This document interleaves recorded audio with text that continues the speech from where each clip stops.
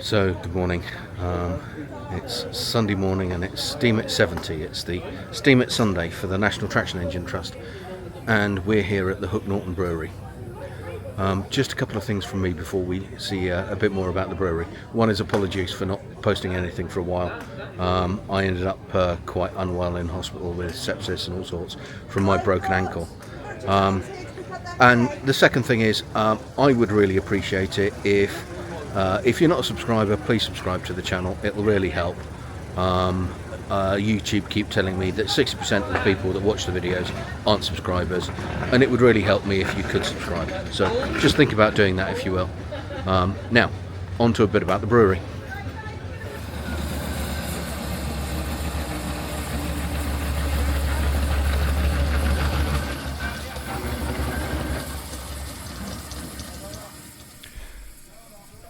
The history of the Norton Brewery goes back to its first brew on the 24th of November 1856, under the ownership of John Harris. In 1887, John died and the brewery passed to his nephew Alban Clark, and the brewery is still owned and run by the Clark family. It was around this time that the brewery went through a significant expansion, and that's when the brewery you can now see was constructed.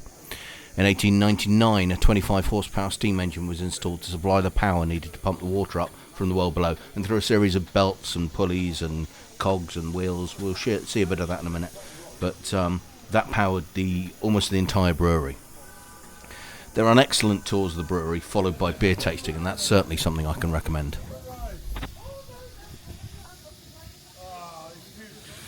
There are bits of the brewery like this that I really like, and it's partly because, it just shows that this is a working brewery. It's not just a showpiece.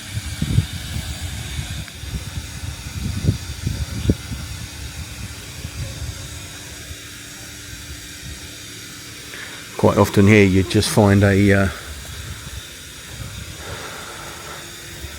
bin where the grains would have come out. You'll see there's a chute just there, and that comes out, and there's a bin down here where all the spent grains from the brewing process go in, and then they go off and get fed to cattle. Now, these pictures were all taken on Saturday before the Steam at Sunday, when people were gathering together at the brewery, and there was a run down to the local pub.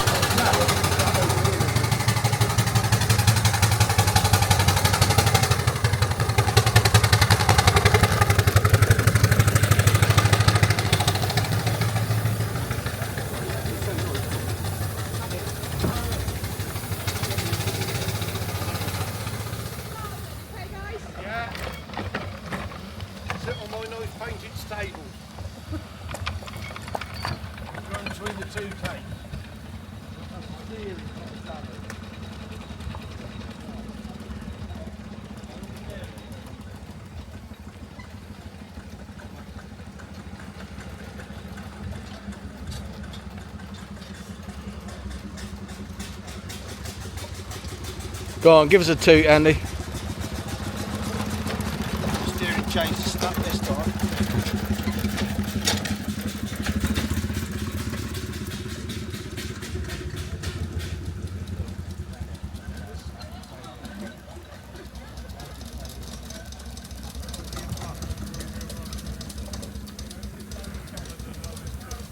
Steve?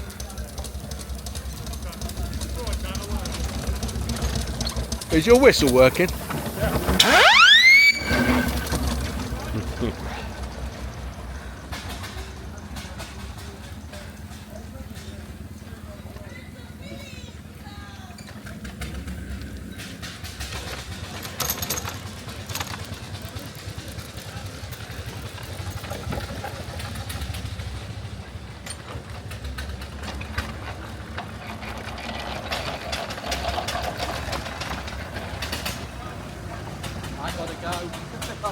See you tomorrow, mate.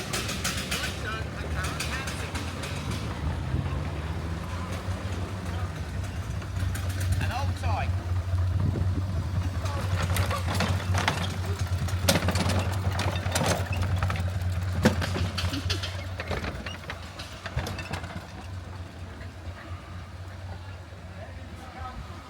She's my boss when I'm down here.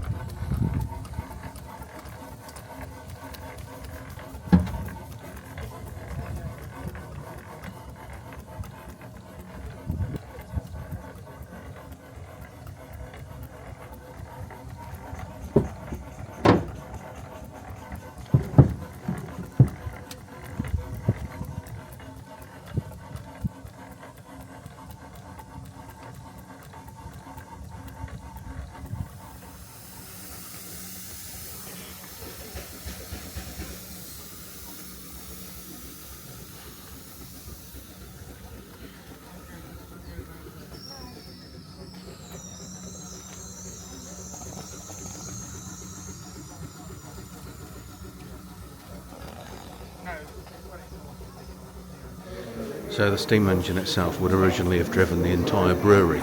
The brewery was designed to work to be gravity fed, so the steam engine here would have used the direct action from the engine itself to pump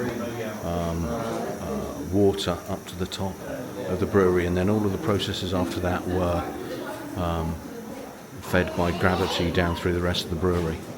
And it would have used this system of belts and pulleys and levers to run everything else.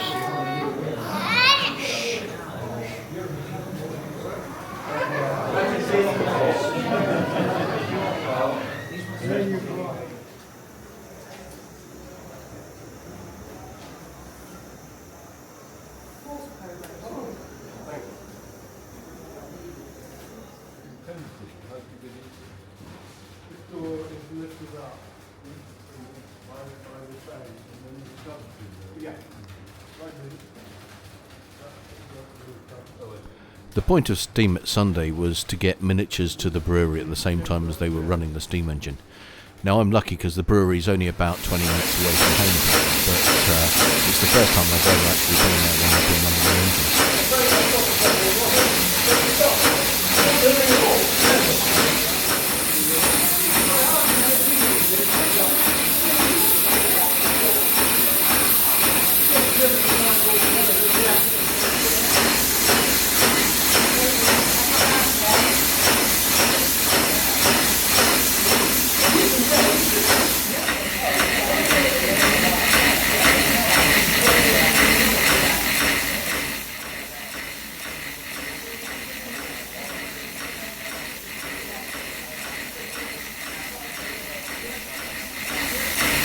Don't get me wrong, it's fantastic to see the engine running as it is, but I would dearly like to have seen it running fully to a traction that's powering the whole brewery.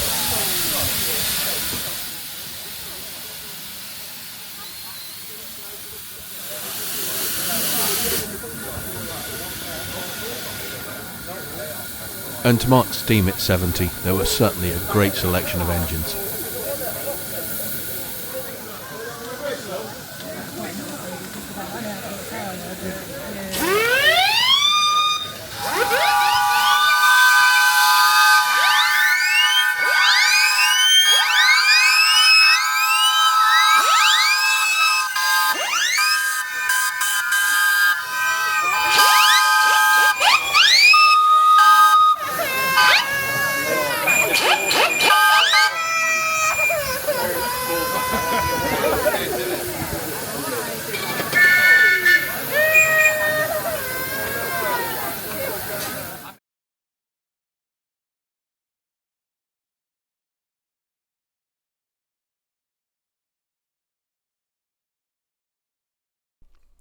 Well, if you made it through to the end of the video, then thanks for watching, and yeah, if you can subscribe, that's much appreciated. See you next time for Steam on the Road.